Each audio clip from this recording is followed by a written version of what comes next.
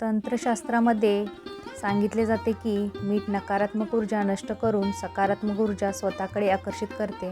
काही लोक तर मिठाचा वापर हा वशीकरणासाठी सुद्धा करतात. जर तुम्ही मिठाचे तोडगे काही नियम पाळून केले तर तुम्ही रातोरात श्रीमंत होऊ शकता. हॅलो, नमस्कार, श्री स्वामी समर्थ. मी रेश्मा तुम्हा सगळ्यांचं रेश्माच्या दुनियादारीमध्ये पुन्हा एकदा स्वागत करते. ज्योतिषी शास्त्रानुसार मिठाला चंद्र आणि शुक्राचा प्रतिनिधी मानला जातो. मीठ जर तुम्ही स्टीलच्या किंवा लोखंडाच्या भांड्यामध्ये ठेवलं तर ते घातक आहे आणि रोगराई तसेच आजारपणाचे कारण बनू शकतं. मीठ प्लॅस्टिकच्या कंटेनरमध्ये कधीच भरून ठेवू नका. मीठ हे फक्त आणि फक्त काचेच्या भरणीमध्ये भरून ठेवा. तंत्रशास्त्रामध्ये दरिद्रता दूर करण्यासाठी आणि बरकतीसाठी मिठाचे टोटके उपाय मानले जातात. मिठाला काचेच्या ग्लासमध्ये भरून 4-5 लवंगा त्यामध्ये टाका. असे केल्याने घरामध्ये लक्ष्मी मातेची कृपा राहते आणि धनदौलतीमध्ये बरकत होते. मीठ आणि काच हे दोन्ही राहूचे कारक मानले जातात. त्यामुळे जर तुम्हाला मीठ काचेच्या भरणीमध्ये किंवा बाउलमध्ये ठेवलं आणि ते टॉयलेट किंवा बाथरूममध्ये ठेवलं तर तिथून येणारी सर्व निगेटिव्ह एनर्जीचा नाश होतो. सर्वात जास्त राहूची एनर्जी टॉयलेट बाथरूममध्ये असते. म्हणून काचेच्या बाउलमध्ये किंवा काचेच्या भरणीमध्ये मीठ भरून टॉयलेट किंवा बाथरूममध्ये ठेवावे. याशिवाय तिथे असलेले जीवाणू विषाणूसुद्धा नष्ट होतात. प्रत्येक महिन्यात मीठ बदलून जुने मीठ टॉयलेटमध्ये फ्लश करून नवीन मीठ भरून ठेवू शकता.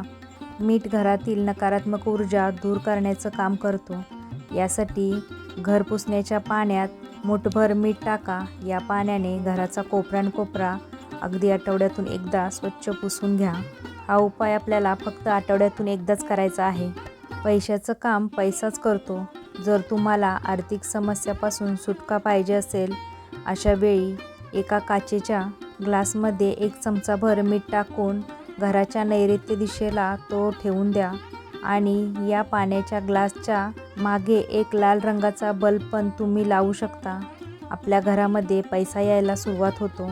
पण हा उपाय करण्यासाठी आपल्याला वेळोवेळी हे पाणी बदलत राहायचं आहे आणि सोबतच हा उपाय रविवारी किंवा मंगळवारी जरूर करा.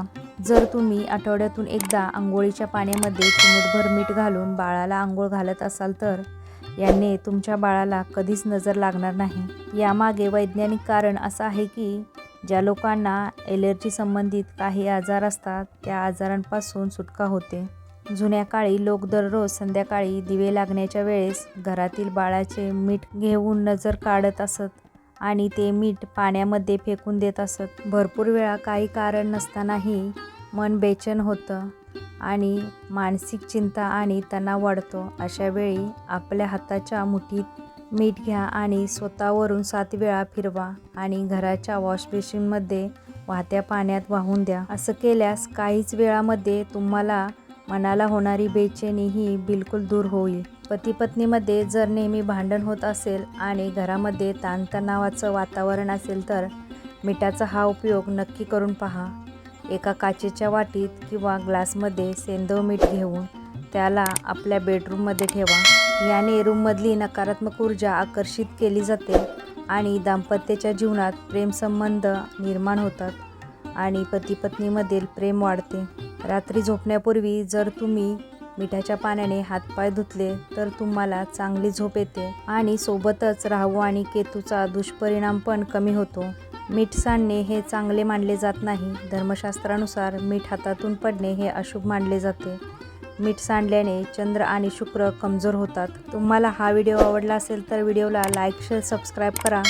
पुन्हा भेटूया आपण उद्याच्या नवीन व्हिडिओसोबत. तोपर्यंत सगळ्यांना श्री स्वामी समर्थ. जय जय स्वामी समर्थ.